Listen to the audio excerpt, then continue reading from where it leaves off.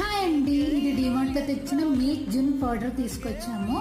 దీన్ని చాలా ఈజీ, పెద్ద ప్రాసెస్ అవసరం లేదు, తక్కువ ఐటమ్స్ చేసుకోవచ్చు. ముందుగా మనం 1 లీటర్ పాలు, నార్మల్ పాలు తీసుకొచ్చి ఒక గిన్నెలో పోసుకొని అందులో ఈ మిల్క్ పౌడర్ ఉంది కదా, అది వేసుకోవాలి. బాగా ఉండలు లేకుండా బాగా కలుపుకోవాలి. మనకి తగినంత బెల్లం, మీకు ఎంత టేస్ట్ కావాలంటే అంత టేస్ట్ చూసుకుంటూ వేసుకోండి.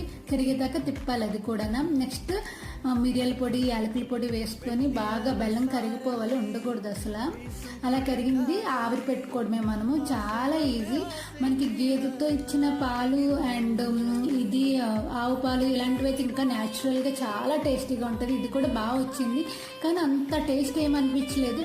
రోజు తినే వాళ్ళు మాత్రం, బాగా ఇష్టపడే వాళ్ళకి ఇది బాగుంటుంది కూడా, ఈజీ కూడా, బాగా త్వరగా చేసేసుకోవచ్చు. కానీ న్యాచురలే కదా, ఇది కూడా బాగుందిలేండి, పర్వాలేదు, చేసుకొని తినొచ్చు. ప్లీజ్ లైక్ అండ్ సబ్స్క్రైబ్ చేసుకోండి.